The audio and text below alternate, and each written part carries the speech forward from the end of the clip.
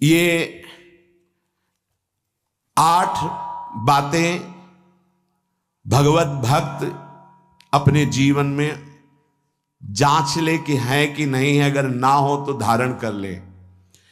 पहला है, संत महापुरुष आपके जीवन में है कि नहीं, ये जांच करनी है। देखा है हमने, अगर किसी संत को आदर्श मानकर आप नहीं चल रहे हो तो दिमाग को खसकते हुए देखा, खसक गया है दिमाग। वो मनमानी आचरण केवल सिद्ध बनने के लिए कर रहे हैं। उनके आचरण ऐसे हैं कि भोले भाले लोग ये समझे कि ये तो सिद्ध है। और जानते हो सिद्ध किसे कहते हैं?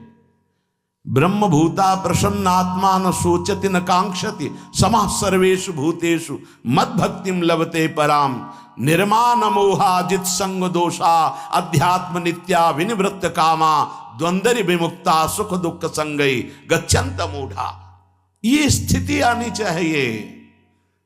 पूरा कोरा जैसे नाटक मंच पर नाटक किया जाता है ना, पूरा दिखाई देता है, पूरा नाटक। क्यों?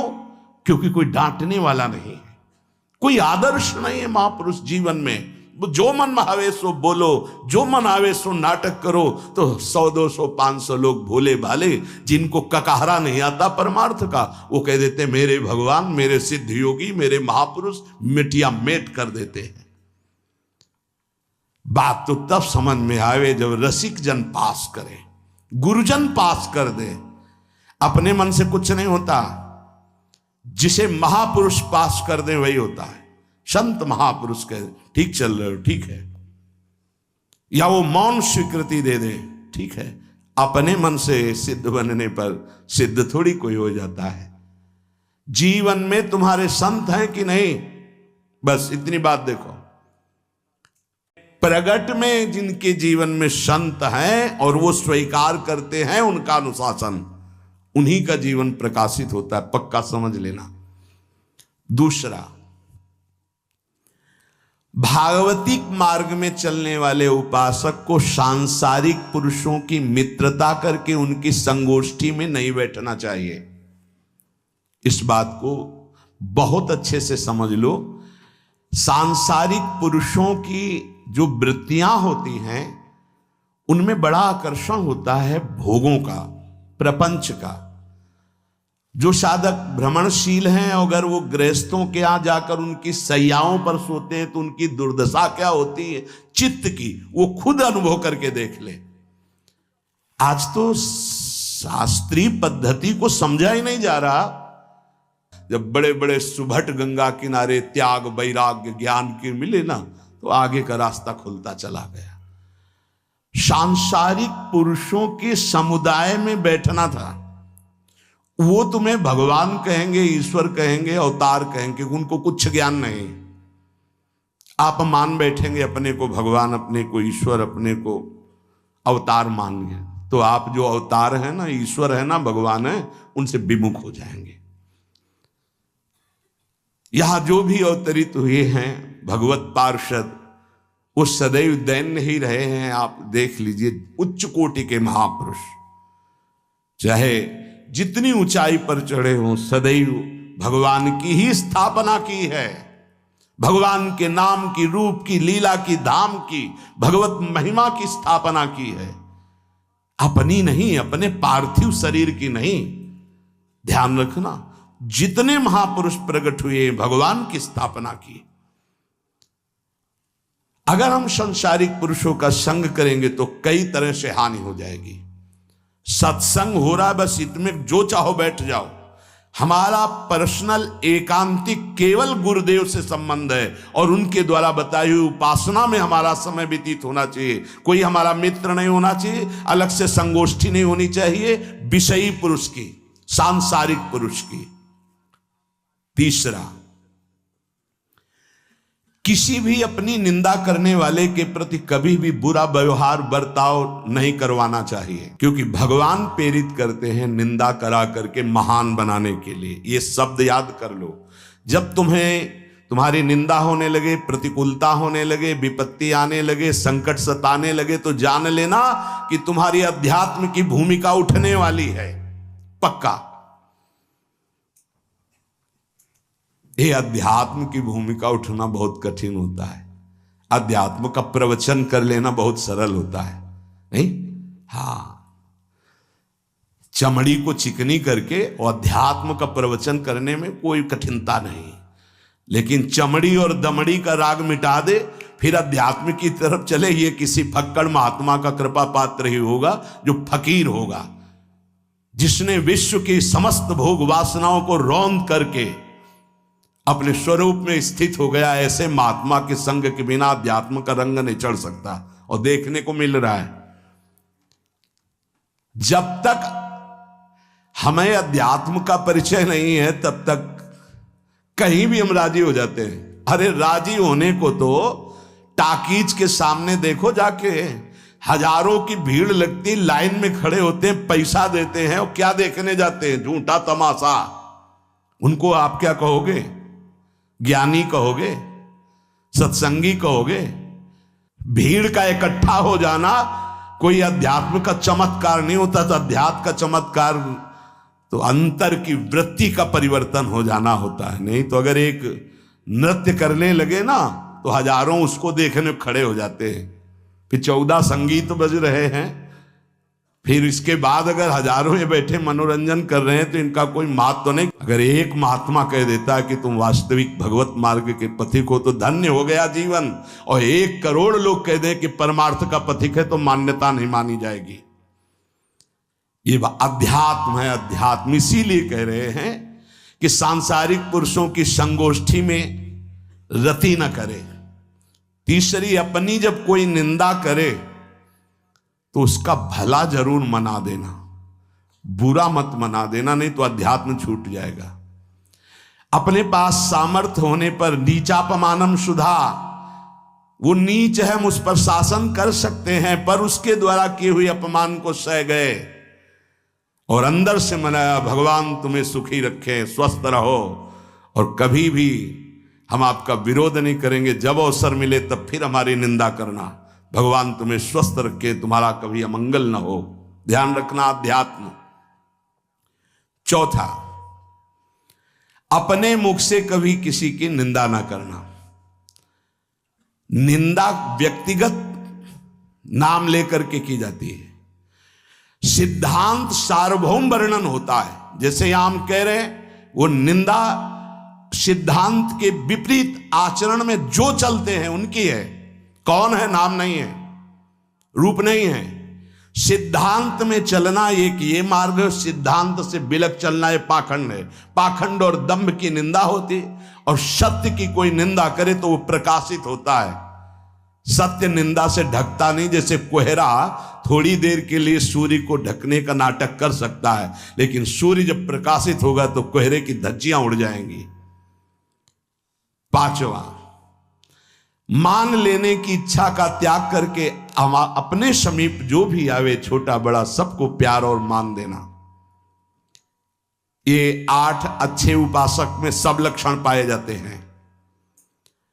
दूसरों को मान देने का स्वभाव रखना, चाहे छोटा बच्चा ही क्यों न हो।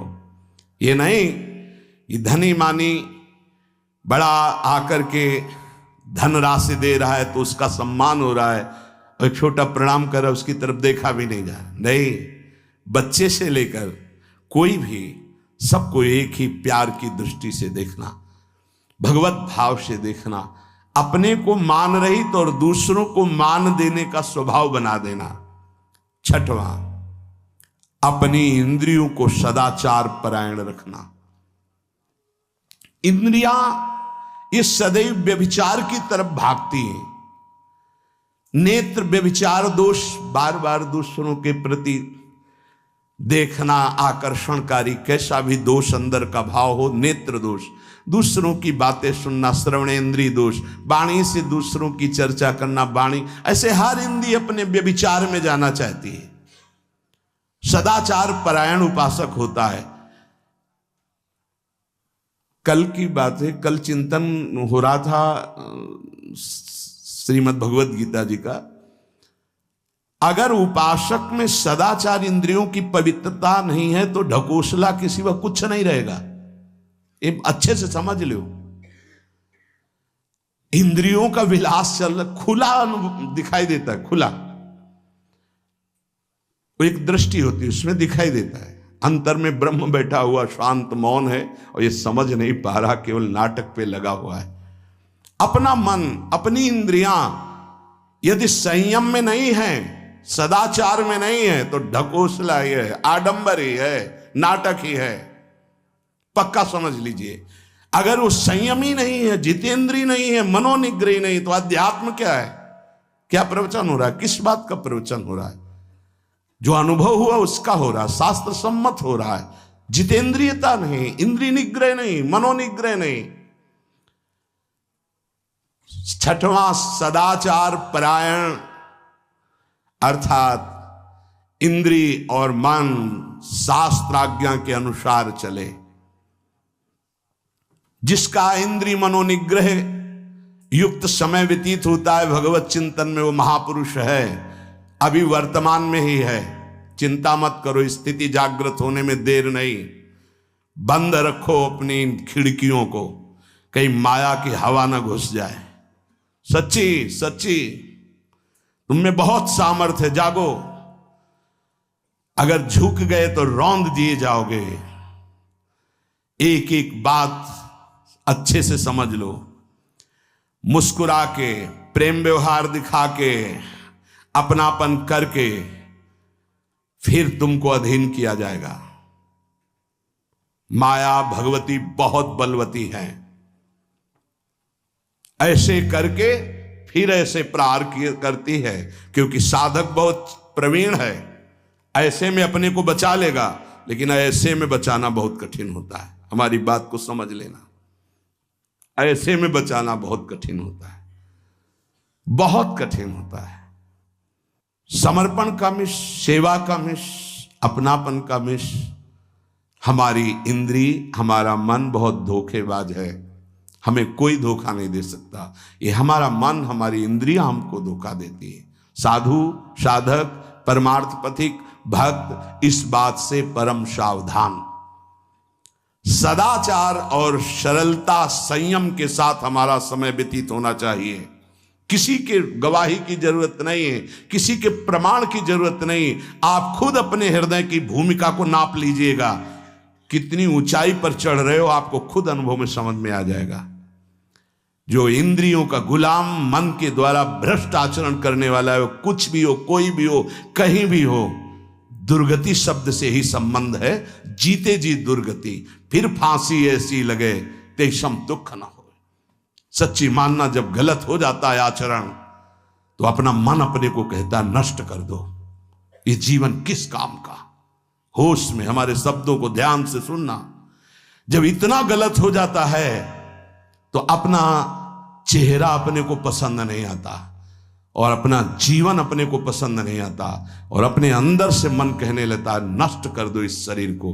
फिर वो जो आगे की लीलाएं होती हैं, अच्छा ऐसा हुआ, फांसी लगा ली, जहर खा लिया, ये कर लिया, वो कर लिया। वो इन्हीं इंद्रिय और मन की फिसलन को नहीं सह पाया। अच्छा, किसी महापुरुष का शासन नहीं था, नहीं, उस चूक में भी बचत हो जाती है। एक बहुत बड़े महापुरुष के समीप रहने वाले से चूक हो गई, तो उन्होंने अपने आसन के पास आसन लगवाया। सब साधुकों ने कहा कि बहुत बदनामी होगी, क्योंकि आपका नाम आगे है और वो आपके आश्रित है, ऐसा है किसी महापुरुष के। उन्होंने कहा तुम क्या समझते हो, ये बाया है, चूक हो गई, अब इसको कभी चूक नहीं होगी ऐसा बना देंगे, कभी त्रुटि नहीं होगी, इसको ऐसा बना देंगे। और वो फिर ब्रह्मावर्त बिठूर में रहे, और बहुत अच्छे महात्मा हैं, अब भी हैं। अगर संत का शासन है और आपसे चूक भी हो जाती है तो ऐसा बना देंगे कि दोबारा चूक नहीं होगी। पर इंद्रिय और मन को छूट देकर मनमानी आचरण करने वाला कभी साधक नहीं हो सकता, पक्का। और आप सच्ची मानना, आपकी एक बार इंद्रिय मन छूट हो गई तो जिंदगी भर दबे रहोगे, दहाड़ने लायक नहीं रहोगे। माया तुम्हारे को सदैव कोसती रहेगी, तुम्हारा हृदय जलता रहेगा। ऐसा कैसे हो गया, ऐसा कैसे हो गया।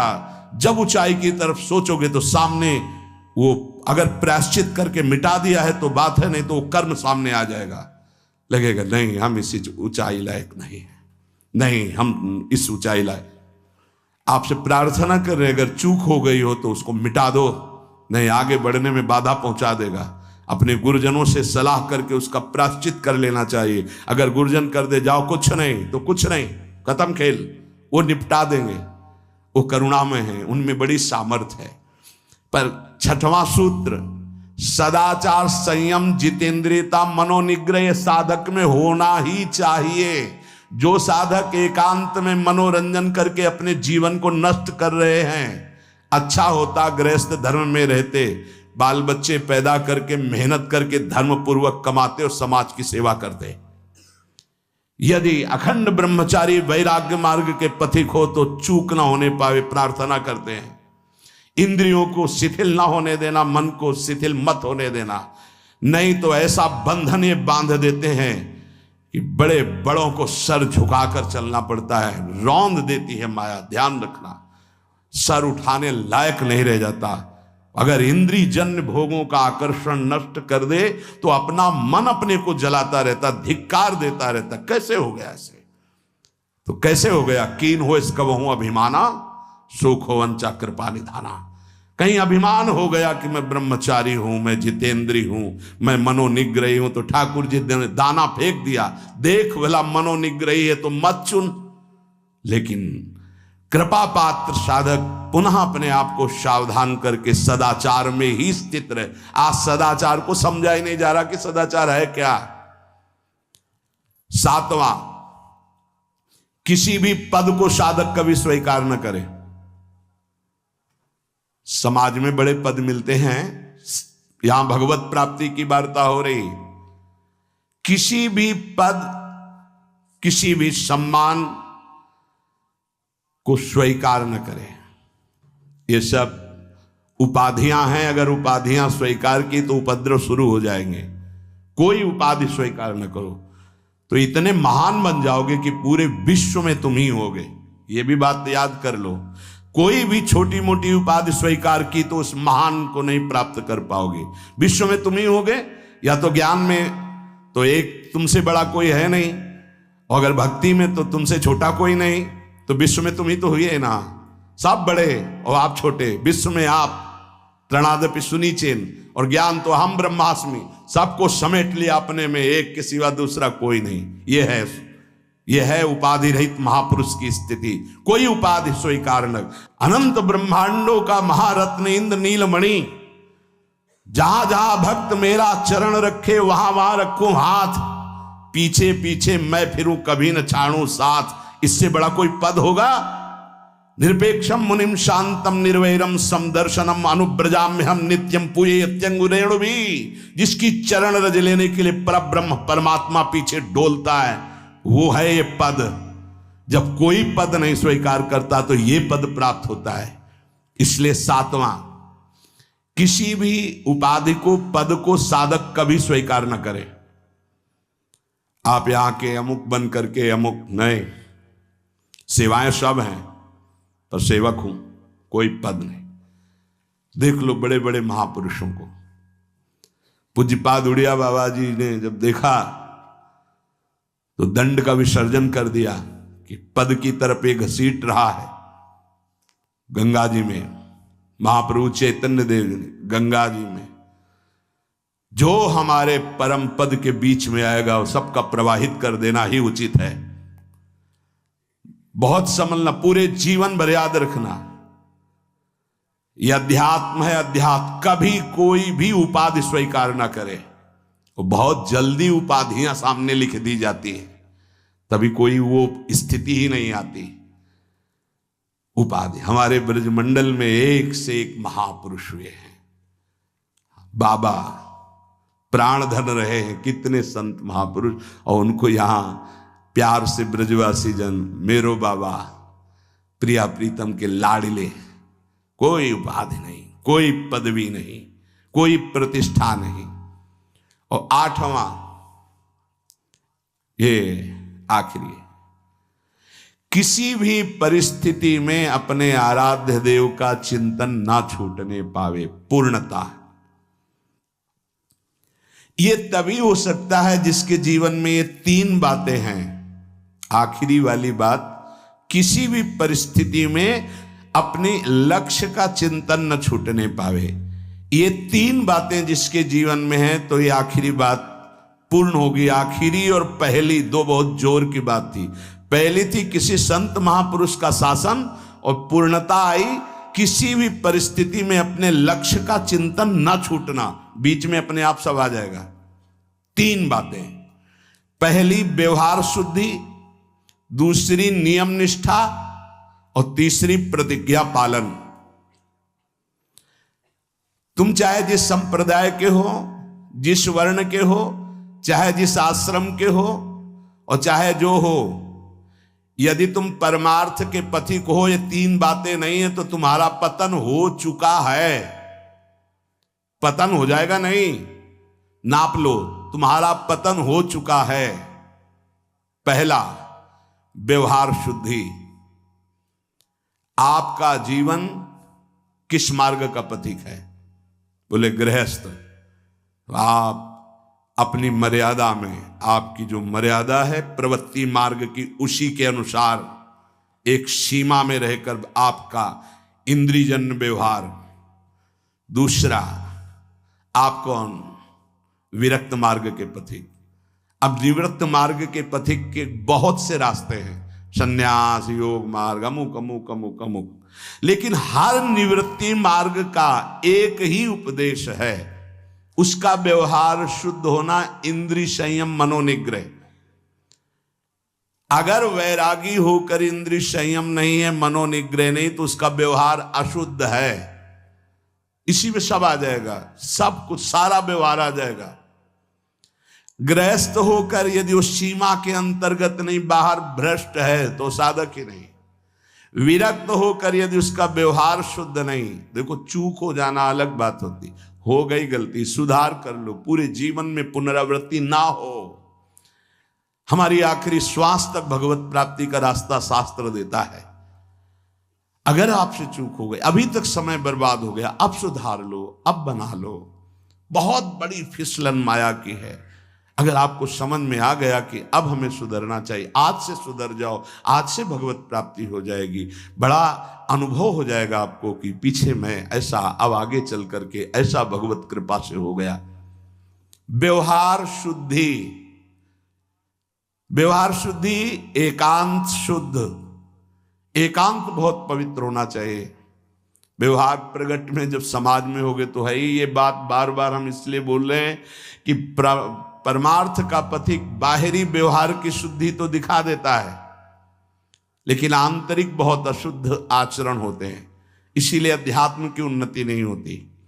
आपका शरीर पवित्र, आपके विचार पवित्र, आपका मन पवित्र, तब आप परम पवित्र भगवान से अपनापन कर पाएंगे। ध्यान रखना, आपका शरीर अपवित्र, आपके विचार अपवित्र, आपका मन अपवित्र, आप ऐसे ही भगवत प्राप्ति कर लेंगे।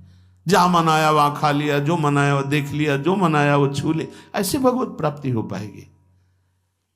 ये जो हमारा मन भजन में लेकर, होटलों में खाओगे, भजन में मन लगेगा, अशुद्ध आहार करोगे, मनमानी व्यभिचार प्रवृत्तियों का दर्शन, संभाषण और क्रिया करोगे, और तुम्हारा मन सच्चिदानंद प्रभु में लग जाएगा। तमाशा समझा है, तमाशा समझ लिया अध्यात्म में मन को लगाना। आहार शुद्ध नहीं, विचार शुद्ध नहीं, आचरण शुद्ध नहीं, चार लोग बैठे हैं उसी में अपनी इंद्रियों को बार बार तुम आकर्षण, शरीर आकर्षण की तरफ ले जा रहे, दिखाई नहीं दे रहा है क्या स्थिति तुम्हारी? बात करेंगे, ब्रह्म ज्ञान के नीचे बात ही नहीं। अरे कुछ नहीं है। संयम से चलो, सदाचार से चलो, पवित्रता से चलो, तो कोई संशय ही नहीं रह जाएगा। पर संयम, सदाचार, पवित्रता, ये सब केवल ग्रंथों में लिख रहे हैं, पर अपने तो सौभाग्यशाली है ना, चल सकते हैं। अपने को अवसर मिला है। जो नहीं चल पा रहे हैं वो कम से कम सुन तो रहे हैं, चलने की तैयारी कर रहे हैं। लेकिन आप लोग तो चलने की तैयारी नहीं, चल चुके हैं।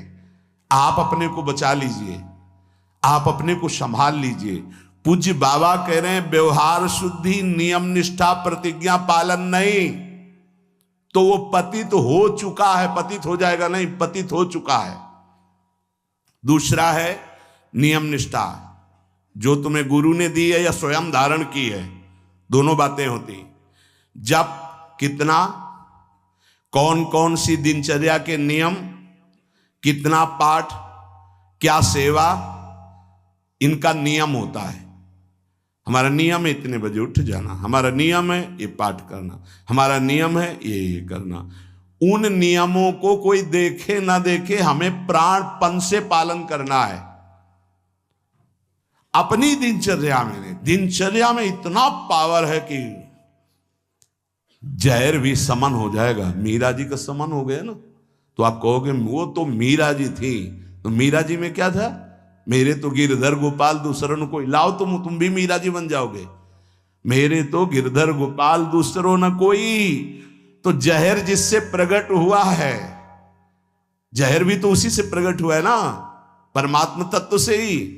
तो औषधि भी उसी से है। धन्वंतरी जी ने शोध करके कहा, अच्युत गोविंद हरि इन नामों को जो निरंतर जपता है कोई प्रभाव नहीं डाल सकता, विरोधी भाव कोई प्रभाव नहीं डाल सकता। समस्त औषधियों की परम औषधि भगवन नाम। मीरा जी की जिभ्या पे नाम, हृदय पे नाम। प्रहलाद जी की जिभ्या पे नाम, हृदय पे नाम। का बड़े बड़े सर्पों से डसवाया, विष पिलवाया प्रहलाद जी को। क्या तुम इसी महामहिम मार्ग के पथिक बने हो, जिसमें प्रहलाद जी चले, जिसमें देवर्षि नारद जी हैं, जिसमें बड़े बड़े महापुरुष हैं, उसी मार्ग के पथिक हो। हम में कमी ये हो गई कि हम वैसे नहीं चल रहे जैसे चलना चाहिए। नियम पर बहुत ध्यान दीजिए। अगर नियम है 1:45 बजे उठने का, स्नान का, तो 1:45 बजे ही उठना चाहिए, 2 नहीं बजना चाहिए। ये नियम में बहुत बड़ी ताकत होती कि आपके नेत्र फट से खुलेंगे, घड़ी में तो 1:45 ही होगा। अपने तो 1:45 तो स्नान करने के लिए निकल जाते। नियम निष्ठा, जप का, पाठ का, श्री जी की सेवा का, ये सब नियम, खान पान, ये सब नियम के। हमारा नियम है हम इतना पाएंगे बस, हमारा नियम हम ये नहीं पाते हैं। हमारा नियम है हम इतना सोते, इतना जगते। इस वजह साधक का नियम, नियम निष्ठा और प्रतिज्ञा पालन, इसमें चूक नहीं होनी चाहिए। इसमें चूक हो जाती है, इसलिए सुकृत नष्ट हो जाते हैं। जैसे कहा गया, आज के बाद हम ये नहीं करेंगे, कुछ न कुछ साक्षी किया जाता है। मैं गुरुदेव को साक्षी, मैं आराध्य देव को साक्षी, या मैं इस समय को साक्षी करके कहता हूं, या देवता साक्षी हैं। जैसे भीष्म जी ने कहा, समस्त दिशाएं और लोकपाल समस्त देवता साक्षी हैं। मैं आज नियम लेता हूं, आज जीवन अखंड ब्रह्मचारी रहूंगा। ऐसे कुछ प्रतिज्ञाएं होती हैं जिनको कसम कहते हैं। ये आजकल के लोग सुबह कसम खाए, शाम के तोड़ दिए, या मंगल को खाए, बृहस्पति को तोड़ दिए।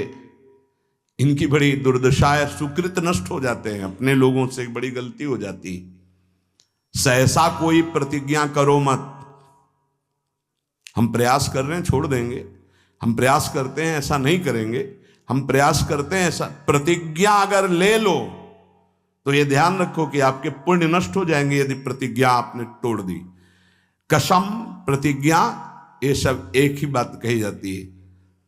तृण छू के शपथ पूर्वक मैं कहता हूं कि आज के बाद ऐसा कभी नहीं, या सामने किसी भगवान मंदिर में आज के बाद में ऐसा, या गुरुदेव, अब तो देर नहीं लगता, कसम खा लेते हैं, तोड़ लेते हैं। हमारी प्रार्थना है मत खाना कभी कसम, कसम नहीं खानी चाहिए, प्रार्थना है। आपसे कोई कहता है कसम खाइए, छोड़ दीजिए, नहीं कसम नहीं खाऊंगा, पर प्रयास करूंगा आज के बाद बिल्कुल नहीं ऐसा हो, पूरा प्रयास करूंगा। प्रयास सफल होगा फिर हम आपसे कसम खा लेंगे। अभी हमें कुछ महीने के लिए छूट दीजिए, मैं बिल्कुल नहीं करूंगा, पर कसम नहीं खाऊंगा, प्रयास कर रहा हूं। कसम ऐसे मत खाओ, प्रतिज्ञा ऐसे मत लो। यदि प्रतिज्ञा ले ली तो चाहे प्राण निकल जाए, अब नहीं, ये ध्यान कर लीजिए। अगर 3 बातें साधक में हैं तो परिपक्व अवस्था आने में देर नहीं लगेगी, आठों लक्षण आ जाएंगे। पहला, व्यवहार पवित्र शुद्ध। दूसरा, जितने नियम लिए हैं निष्ठापूर्वक निर्वाह। तीसरा, प्रतिज्ञा करिए मत, और कर ली प्रतिज्ञा तो जीवन चाहे नष्ट हो जाए प्रतिज्ञा नहीं टूटेगी। जैसे ये प्रतिज्ञा ही है वैराग्य भेष, इसमें कसम खाई नहीं जाती, स्वाभाविक कसम है। अब देख लो इसके निर्वाह का क्या जीवन होता है। ये हर समय हमको याद दिलाता रहता है कि तुम बैरागी हो, विषयी नहीं हो, तुम महात्मा हो, साधारण जीवात्मा नहीं हो, तुम भगवत मार्ग के पथिक हो, तुम सांसारिक मार्ग के नहीं हो। अब बस इस एक प्रतिज्ञा का पालन कर लो, भगवान मिल जाएंगे। ये हर समय उपदेश देता रहता है। जब भगवावस्थ धारण कराया गया था तो यही कहा गया था, जब संन्यास वेश, ध्यान रखना ये काषाय वस्त्र की मर्यादा को रखना। ये वेश है, ये पवित्र वेश है, ये त्रिभुवन पावन करने वाला वेश है। इसको समझते रहना, ये हर समय तुम्हें जागृत रखेगा कि तुम किस मार्ग के पथिक हो। तो आज के सत्संग का जो सार सूत्र, संत महापुरुषों का आश्रय, उनका शासन स्वीकार करना, सांसारिक पुरुषों से मित्रता न करना, ना सांसारिक चर्चा संगोष्ठी करना, किसी जो हमारी निंदा कर रहा है किसी भी तरह से उसको कष्ट देने की भावना ना बनना, अपनी वाणी से कभी किसी की निंदा न करना, छोटे से बच्चे को भी मान देने का स्वभाव रखना, किसी से सम्मान प्राप्ति की इच्छा न रखना, सदाचार सरलता के साथ तुम्हारा संयम जितेंद्रियता पूर्वक समय व्यतीत होना चाहिए। प्रतिष्ठा किसी भी तरह की पद उपाधि साधक जीवन में स्वीकार न करे। आखिर निरंतर अपने लक्ष्य का चिंतन करे। इसकी पूर्ति के लिए व्यवहार शुद्धि, नियम निष्ठा और प्रतिज्ञा पालन जीवन भर तीनों। अगर ये तीनों कहीं भी फिसल रहे तो तुम पतित हो चुके हो। तभी पतित हुआ पुरुष कभी प्रतिज्ञा का पालन नहीं कर पाता, पतित हुआ पुरुष कभी नियम निष्ठा में नहीं चल सकता, पक्की दिनचर्या नहीं हो सकती। उसकी व्यवहार शुद्धि कैसे कही जाए जब पतित हो गए। देखो, और पतित को भी पावन करने का रास्ता है भगवान की शरण।